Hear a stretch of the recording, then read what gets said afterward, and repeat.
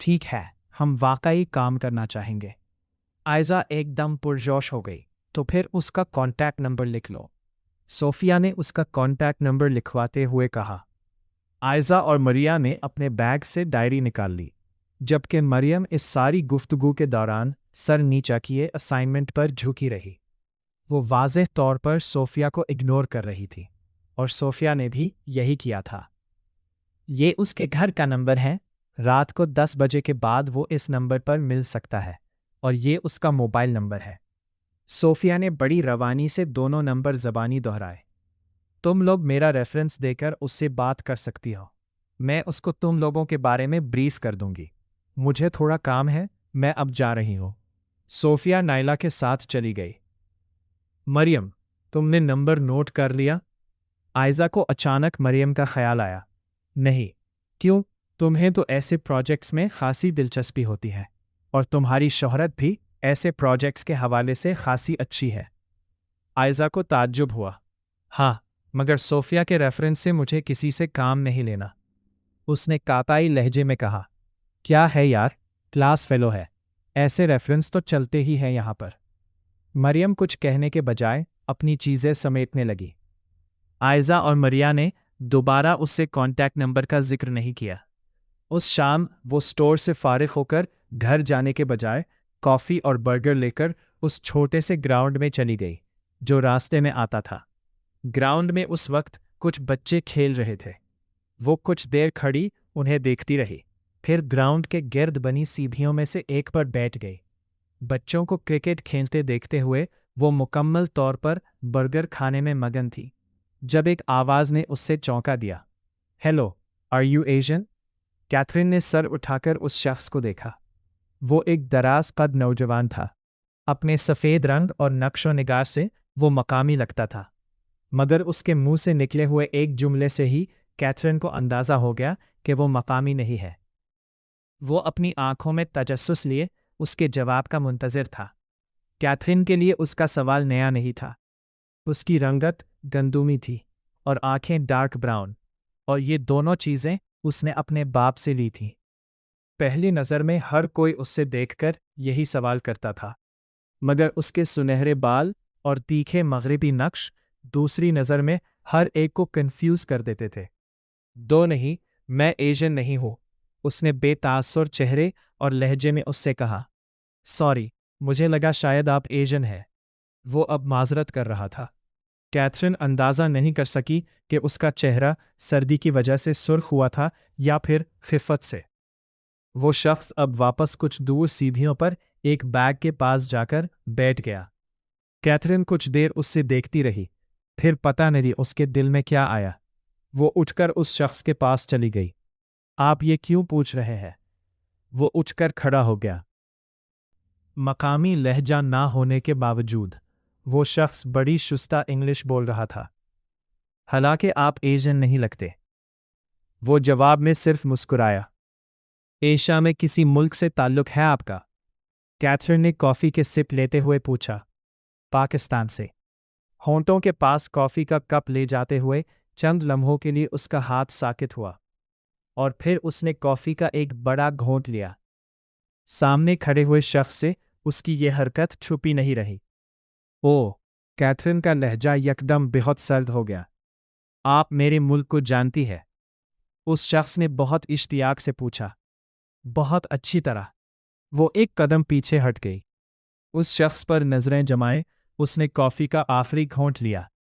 بجلی کی رفتاری کے ساتھ ایک قدم آگے بڑھ کر اس شخص کے منہ پر تھوک دیا، اسے گالی دی، اور پھر اس شخص کی طرف سے کسی متوقع رد عمل کے خدشے سے بجلی کی تیزی سے پلٹ کر بھاگی۔ اور یہی اس سے غلطی ہو گئی۔ سیڑھیوں کی چوڑائی کے بارے میں اس کا اندازہ ٹھیک نہیں نکلا، اور پلٹ کر رکھا جانے والا وہ قدم جاری ہے۔ قدم جو اسی سیڑھی پر پڑنا چاہیے تھا جہاں وہ اس شخص کے ساتھ کھڑی تھی، وہ اس سیڑھی کے کنارے پر پڑا، اور وہ اپنا توازن برقرار نہ رکھتے ہوئے اس سیڑھی سے نیچے گر گئی۔ صرف وہیں سے نہیں، سنبھالنے کی کوشش کرنے کے باوجود وہ اگلی 3 سیڑھیوں سے بھی اسی طرح لڑھکتی ہوئی نیچے پہنچی۔ وہ شخص جو اس کی اس حرکت پر ہکا بکا رہ گیا تھا، उसे नीचे गिरते देखकर बे इख्तियार जैकेट के बाजों से अपने गाल को साफ करते हुए उसकी तरफ लपका। मगर जब तक वो उस तक पहुंचता, वो सीढ़ियों से नीचे पहुंच चुकी थी और अब औंधे मुन फर्श पर पड़ी हुई थी। आप ठीक है? वो उसके सर के पास पंजों के बल बैठा तशवीश भरी आवाज में पूछ रहा था। कैथरीन को अच्छी खासी चोटें लगी थीं, मगर इस वक्त चोटों से ज्यादा उसे उस शख्स के सामने इस तरह गिरने की शर्मिंदगी थी। उसने अपने सर के गिर्द बाजू लपेट लिए। अब उसे अफसोस हो रहा था कि उसने ये हरकत क्यों की। जिंदगी में पहली बार उसने किसी शख्स पर थूका था और अब वो उसके सामने थी। शायद वो कभी उस शख्स पर इस तरह ना थूकती अगर वो इतनी डिप्रेस्ड ना होती जितनी उन दिनों थी। आप ठीक हैं? वो अब उसके बाजू को हिलाते हुए पूछ रहा था। उसे उठता ना देखकर उस शख्स की तशवीश बढ़ गई थी। मैं ठीक हूं, कैथरीन ने बिलाखिर कहा। वो जानती थी अब उसे उठना था। इस वक्त दुनिया का सबसे मुश्किल काम, मगर वो सारी उम्र वहां लेती तो नहीं रह सकती थी। वो भी इस सूरत में जब वो शख्स मुसलसल उसका बाजू सहला रहा था। अपने चेहरे के तासुरात को बहुत नॉर्मल रखते हुए वो घुटनों, बाजुओं और रीढ़ की हड्डी में उठने वाली तमाम तीसों को नज़रअंदाज करते हुए उठकर बैठ गई।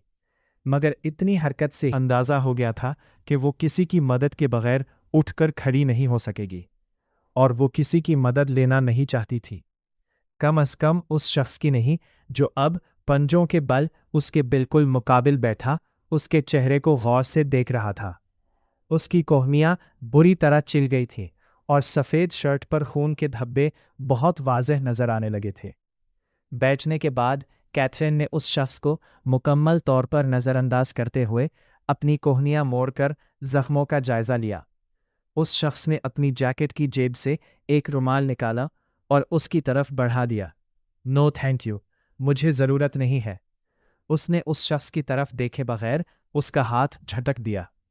ट्राउज़र की जेब टटोलकर उसने अपना रुमाल निकाला और कोहनियां साफ करने लगी। वो शख्स उसी तरह बैठा सारी कार्रवाई देखता रहा।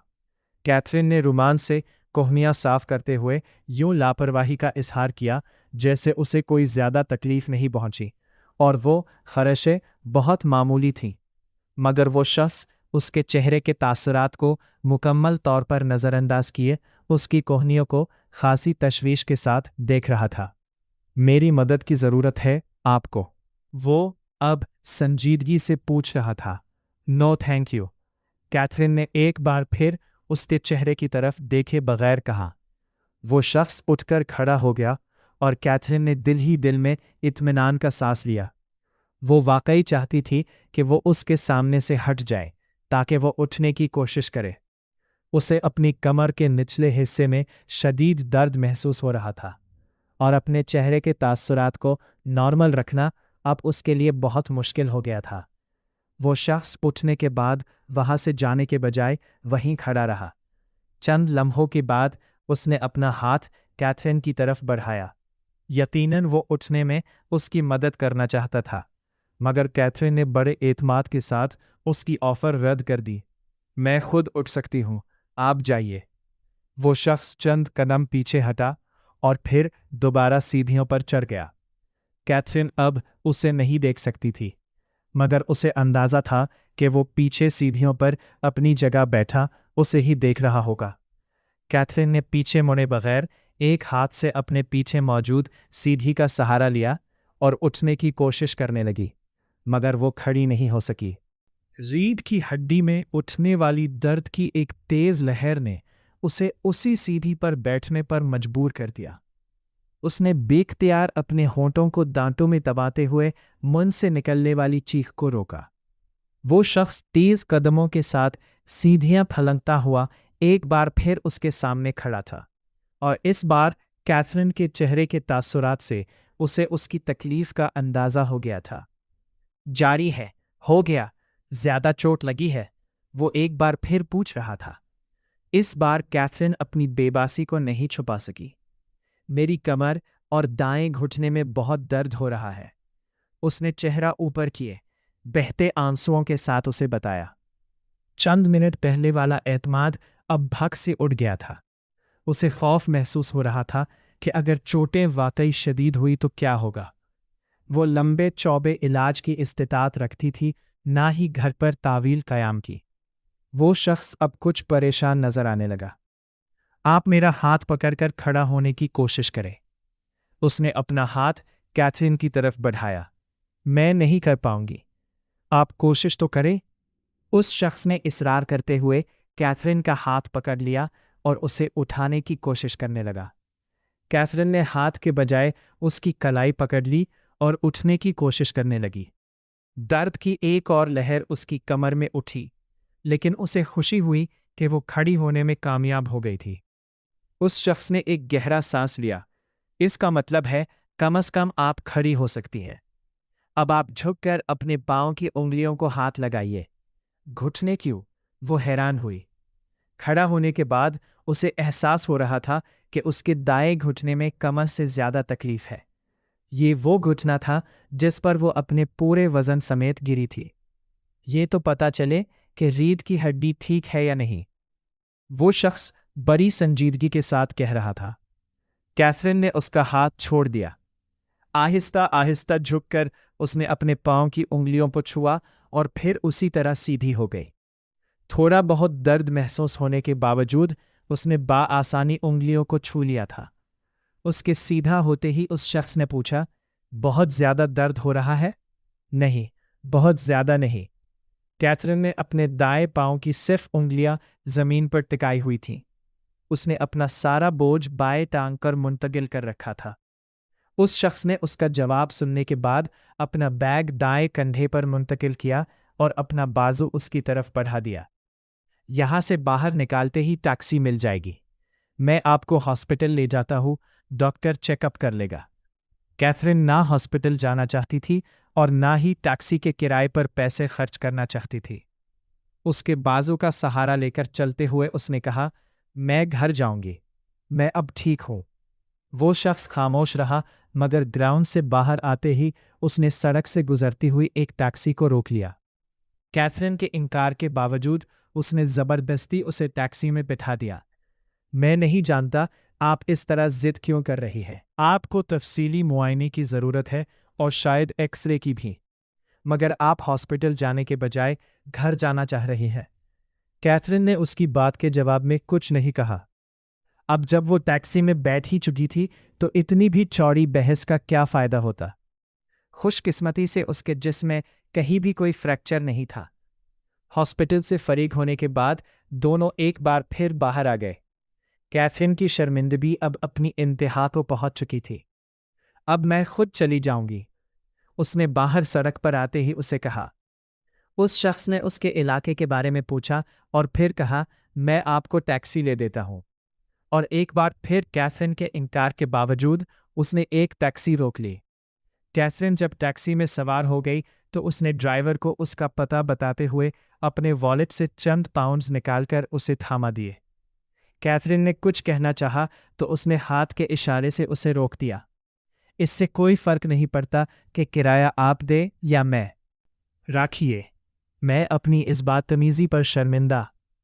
उस शख्स ने एक बार फिर उसकी बात काट दी।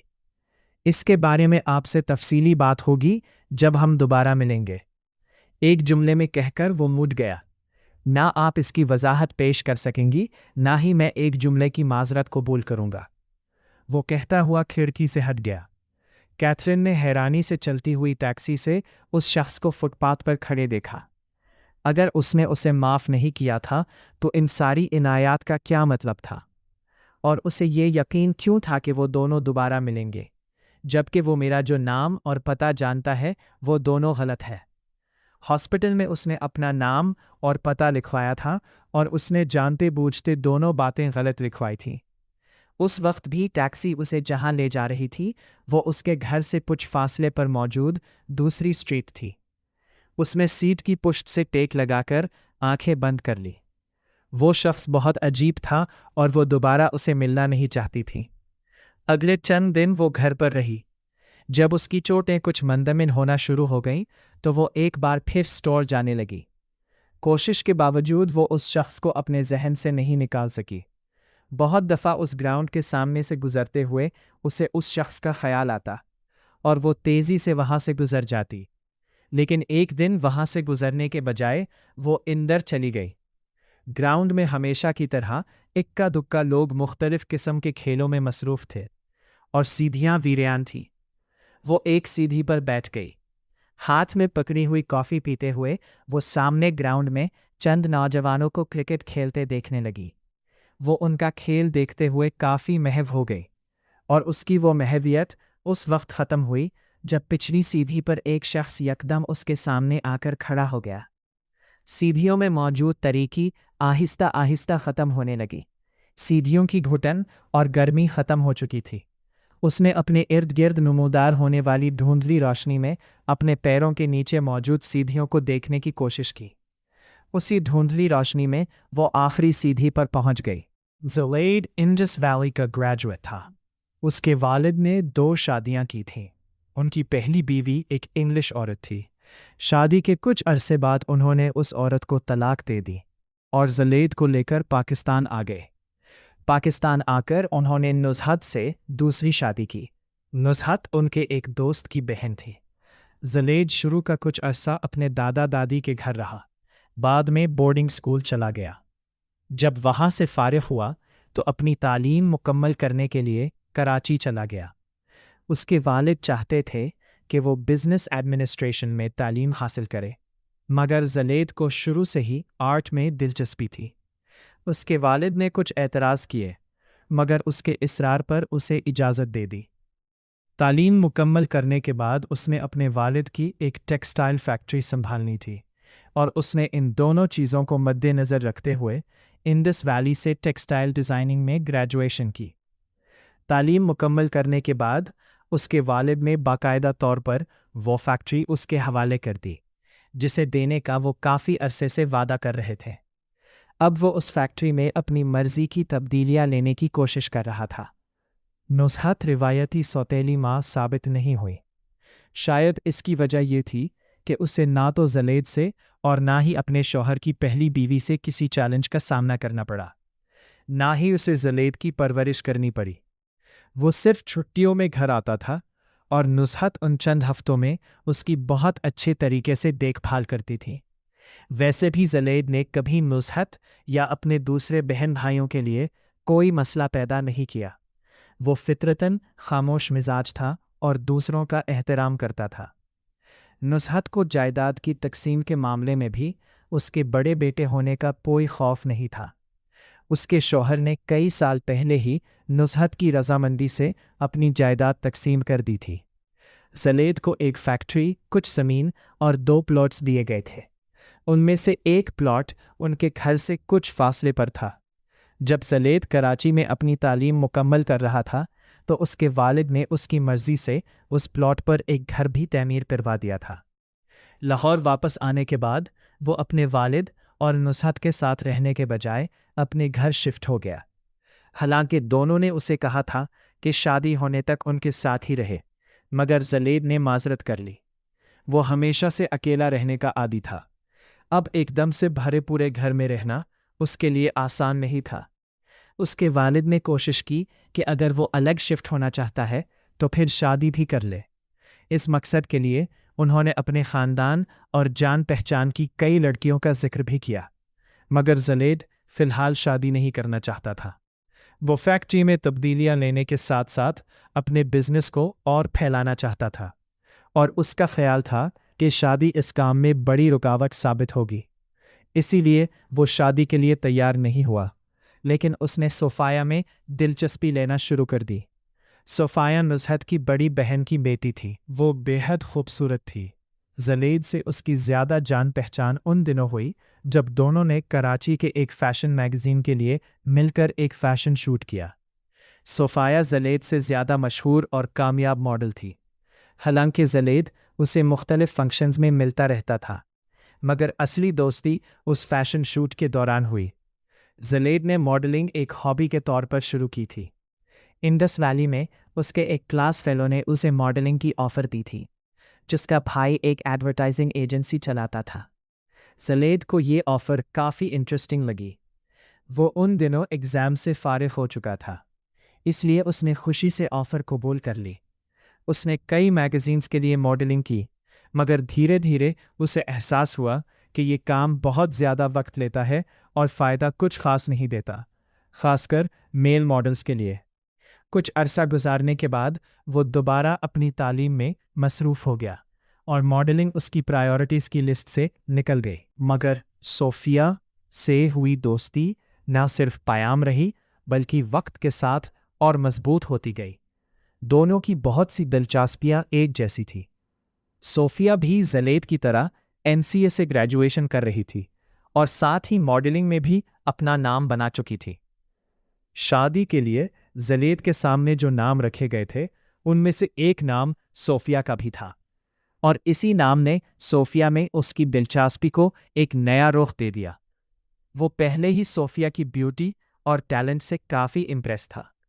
सोफिया एक खुश मिजाज और बातचीत करने वाली लड़की थी, और जलेद का ये भी ख्याल था कि दोनों के बीच काफ़ी अच्छी अंडरस्टैंडिंग थी।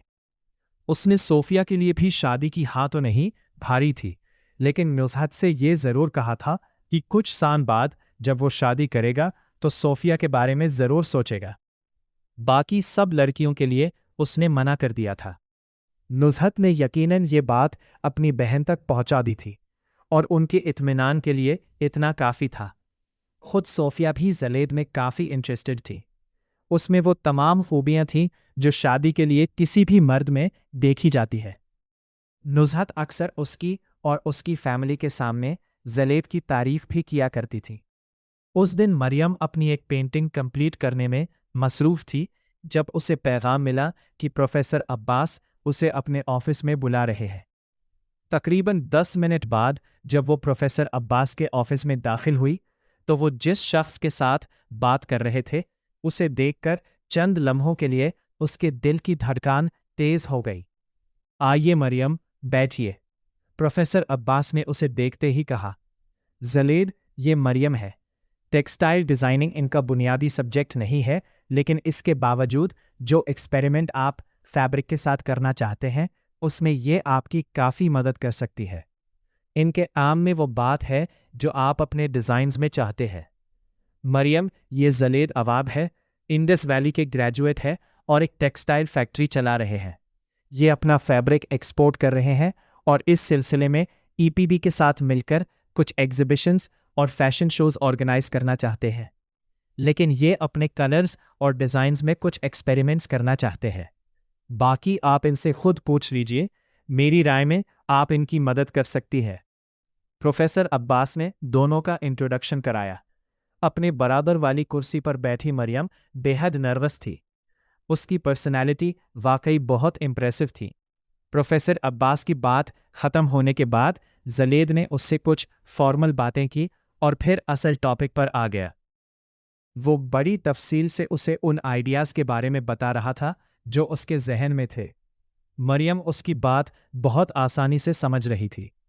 वो जिन चीज़ों को लफ्ज़ों में बयान कर रहा था, मरियम उन्हें अपने जहन के पर्दे पर देख रही थी।